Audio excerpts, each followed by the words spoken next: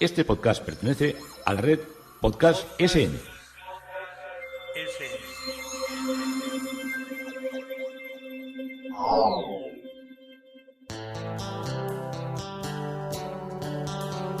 Historia con sentido. Un podcast realizado y presentado por Juan Carlos González.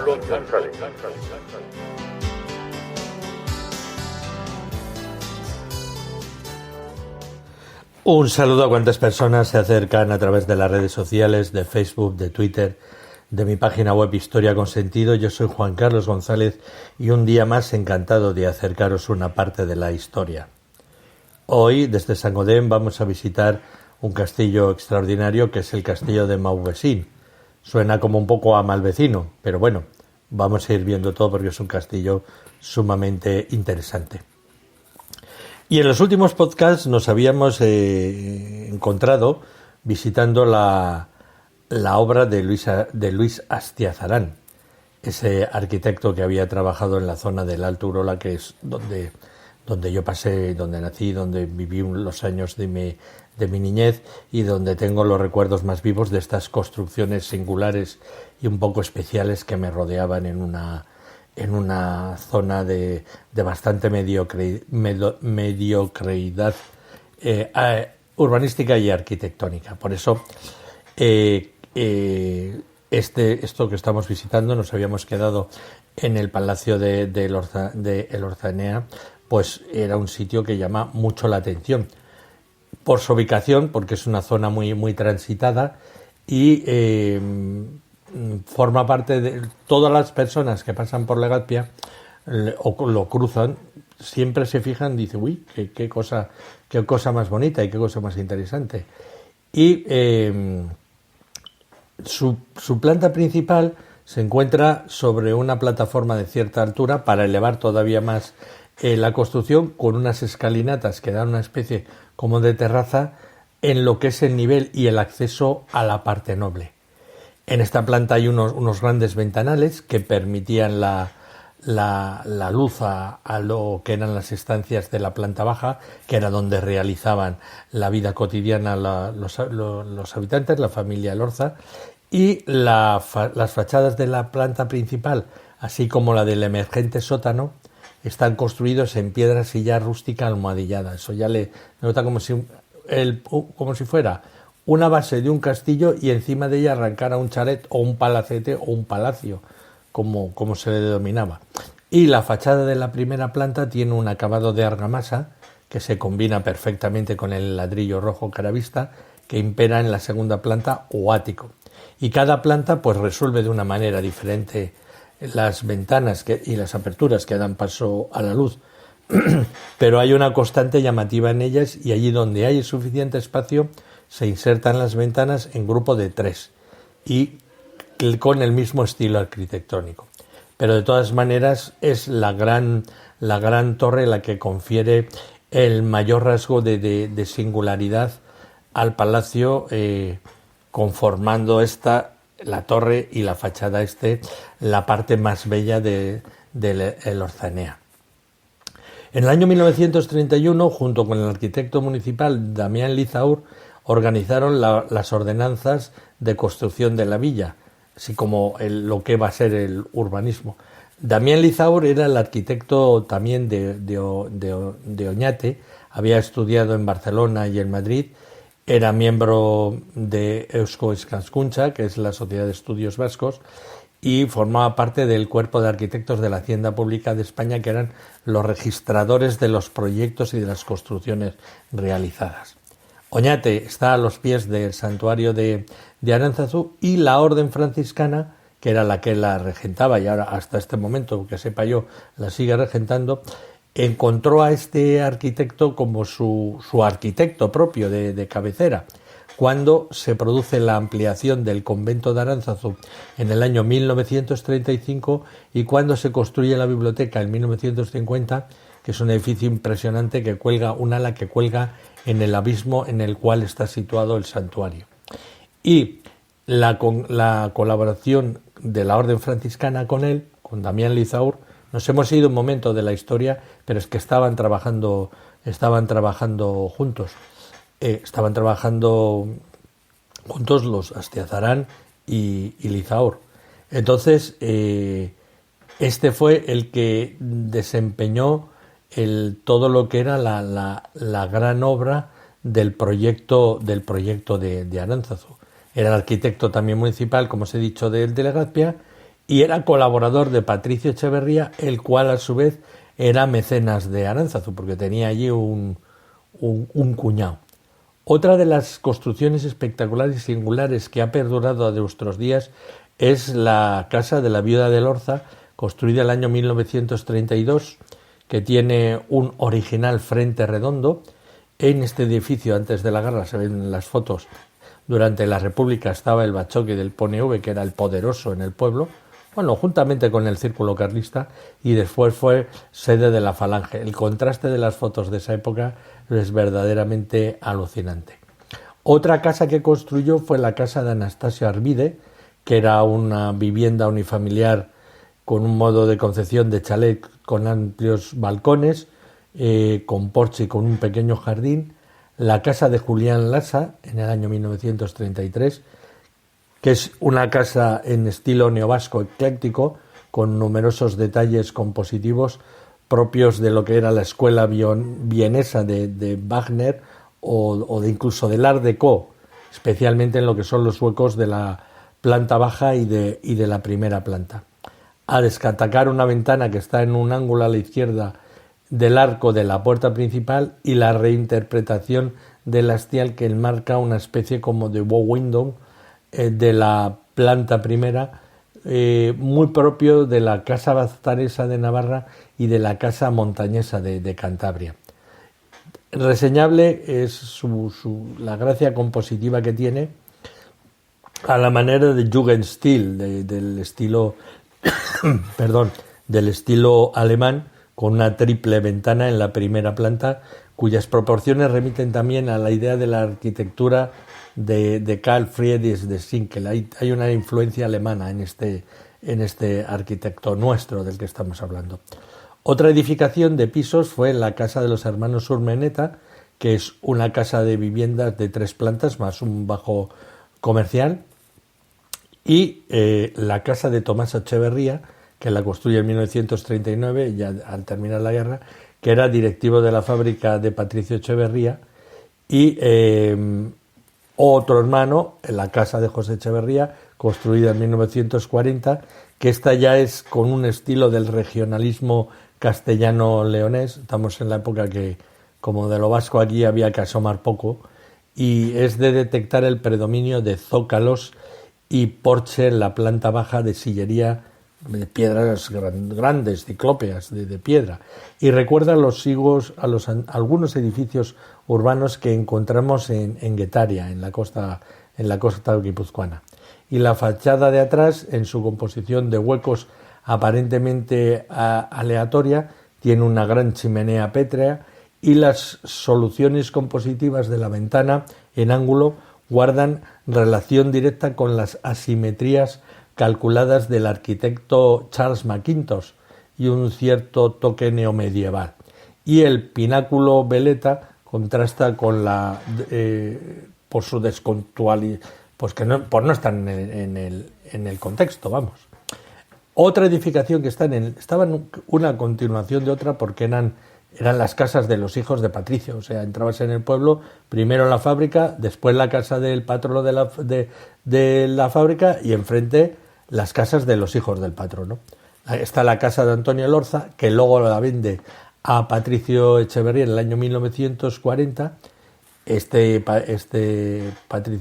Patricio Echeverría era hijo del fundador de esta fundación, y desarrolló su vida profesional allí en tareas de gestión.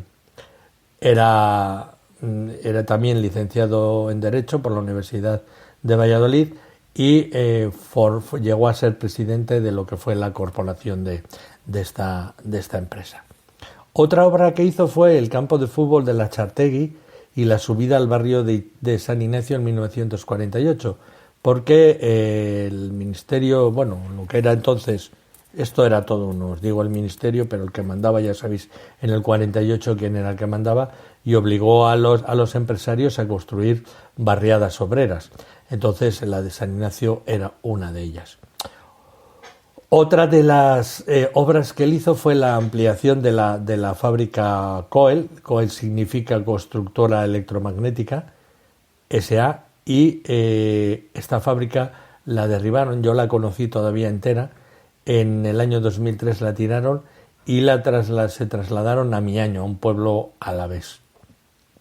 También hizo las viviendas número 6 y número 8 en la calle Mayor, en la calle Nagusía, en el año 1951, y la casa de Cruz Echeverría, otro de los hijos de Patricio Echeverría, en el año 1951, que es un estilo neovasco ecléctico y mezcla diversas referencias estilísticas, chimenea neocolonial, un tejado vasco. Él iba construyendo un poco con todos estos elementos.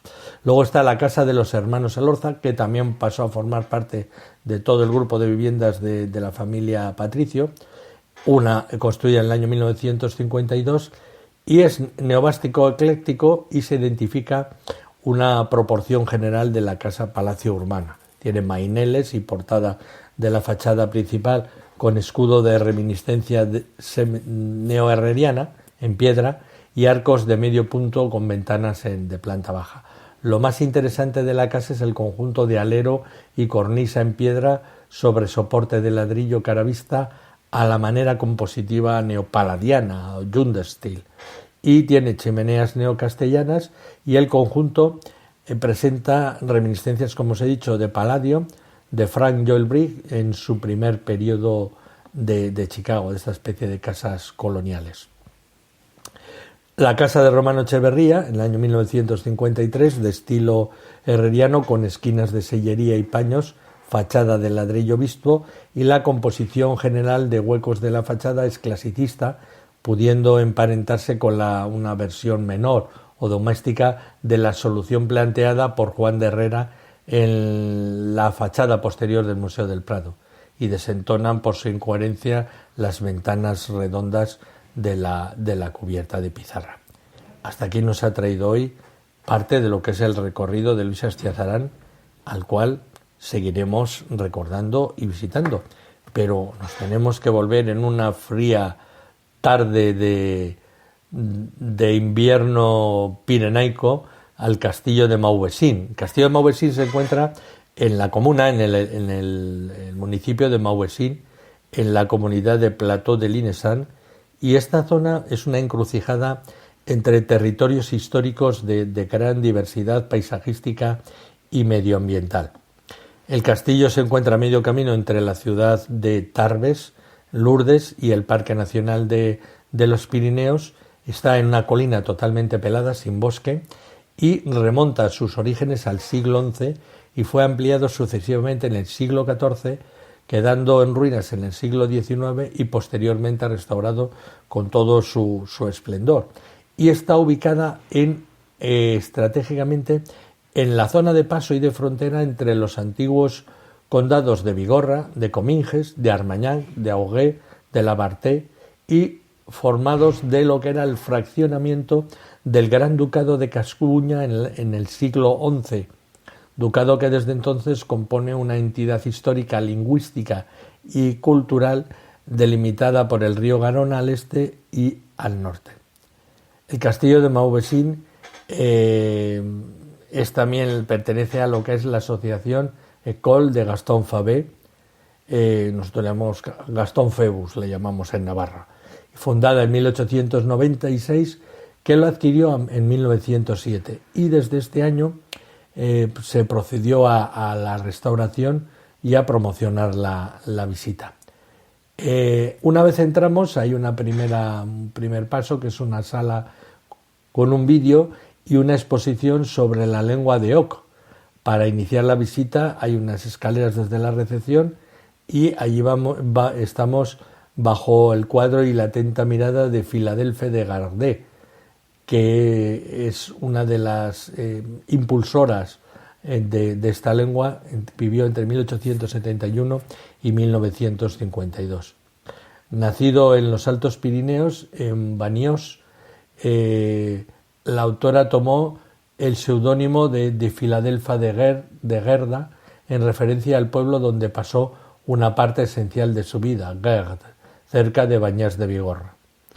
Bigourdan pronunció sus primeros poemas, firmados como Filadelfia, en el Avenir, un periódico local.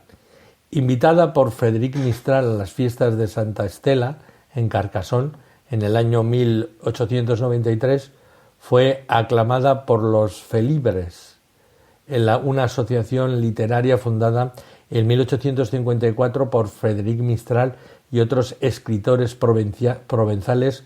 Era el nacionalismo entonces, para proteger y cultivar la lengua occitana o lengua de Oc.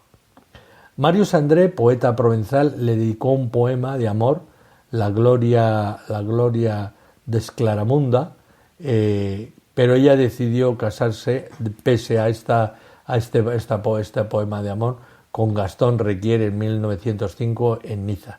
Y en 1899 fue laureada en los Juegos Florales de Falibret, todos estos de la potencialización de lo que eran las zonas peculiares que tenía Francia.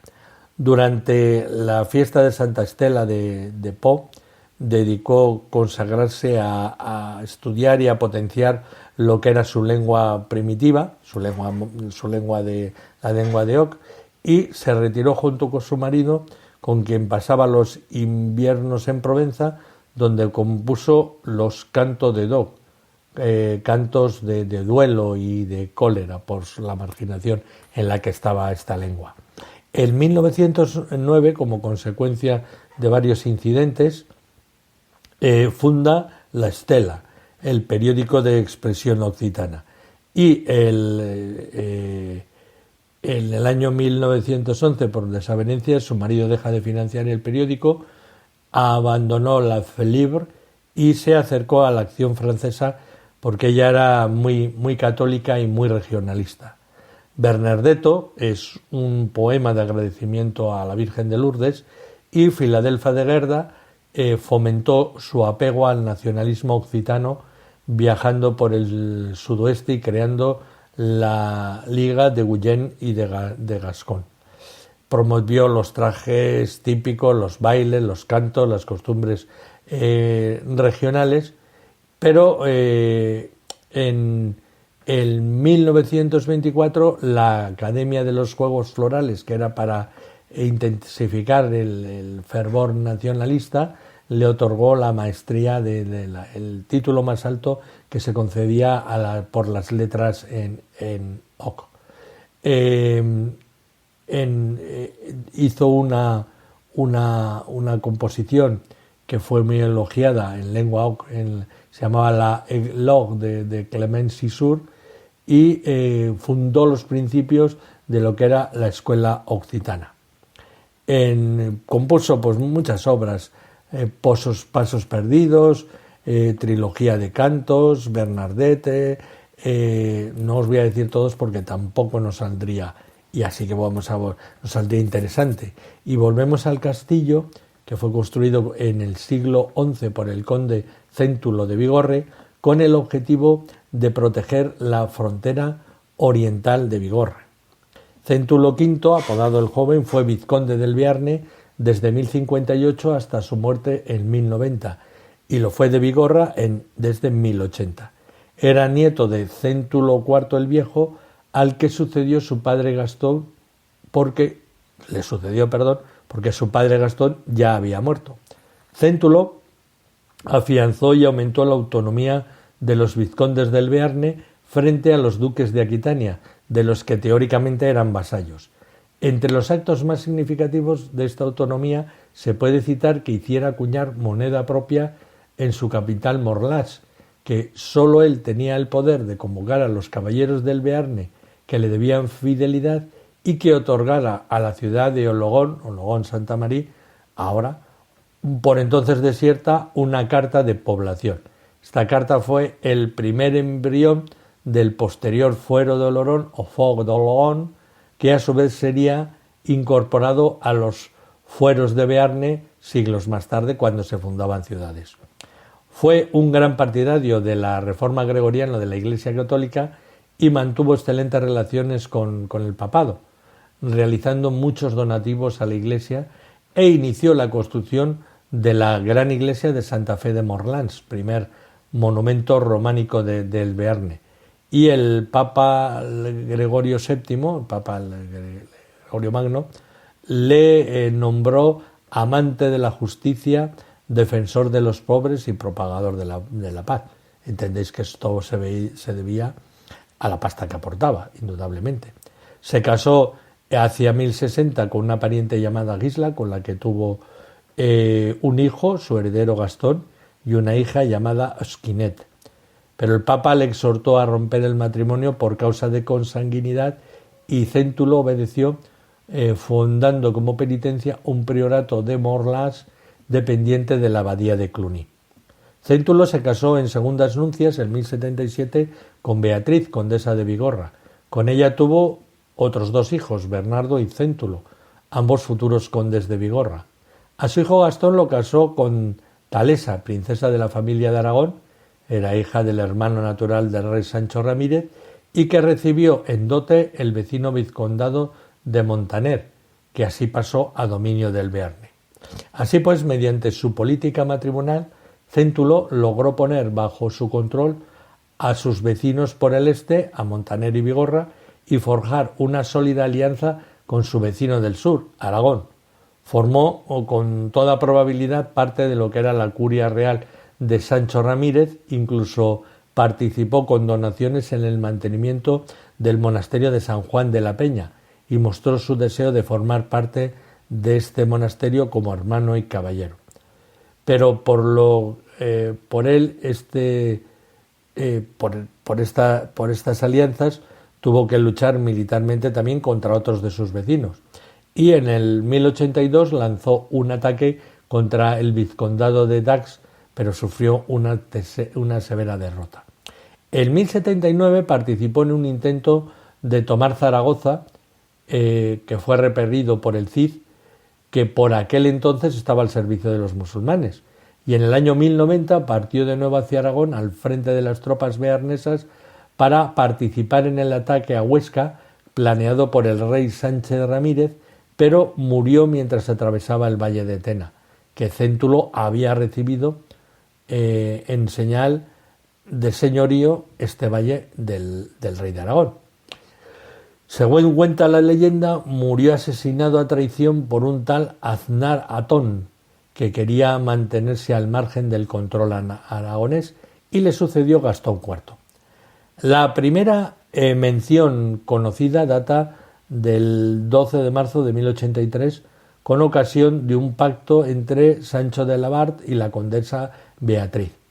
Gastón Phoebus lo adquirió en 1379 y durante la visita se pueden apreciar diversas fases de la construcción.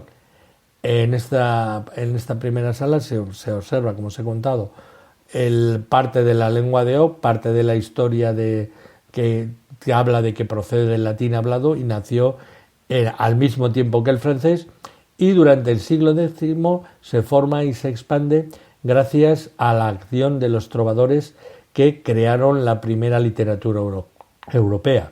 Y la lengua de Oc brilló sobre toda la Europa románica, aportando nuevos valores como el amor caballeresco o cortés que inspiraron a príncipes como Guillermo IX de Aquitania o a Ricardo Corazón de León. La lengua occitana en Francia es una de las familias del romance, la lengua de Oc, lengua d'Oc, que resulta de la evolución del latín hablado vulgar tras la caída del Imperio de Roma en el siglo V. A veces se le denomina provenzal, pero esto es uno de los dialectos o el provenzal o variedades del occitano. La ciencia lingüística contradice la creencia popular de que el provincial y el occitano son idiomas distintos. También se ha llamado en Francia lengua occitana y occitán. También se mezcla con romances en catalán y en occitano, que son prácticamente los mismos. Y el conjunto de variedades dialectales catalanas tendió a españolizar el término al estar en contacto con las otras lenguas peninsulares. Entonces, lo que tenemos al norte de los Pirineos son los dialectos del occitano, que serían el gascón, el de Languedoc, el provenzal, el vivagupén, el auvernat, el limousin y el crestien. Eso ya está al norte-norte. La lengua occitana fue vehículo de la primera poesía vernáculo en la Europa medieval, la de los trovadores. Al igual que para las otras lenguas habladas en territorio francés, la gran caída del occitano ocurrió durante la Revolución Francesa, en la que se impuso el francés como única lengua nacional para consolidar el centralismo y la unidad del país. Y hasta aquí nos ha traído esta primera incursión interesante y que continuaremos en el castillo de Mauvesin. Yo soy Juan Carlos González y encantado de acercaros esta parte de la historia.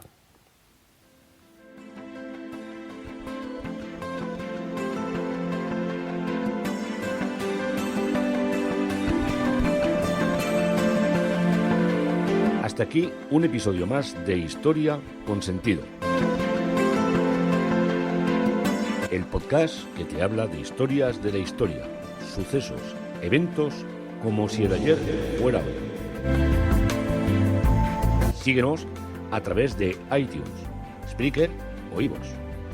Contacta con nosotros por correo electrónico escribiendo a podcast@historiaconsentido.com. Nuestra web www.historiaconsentido.com. Y en Twitter nos encontrarás como @historiasentido.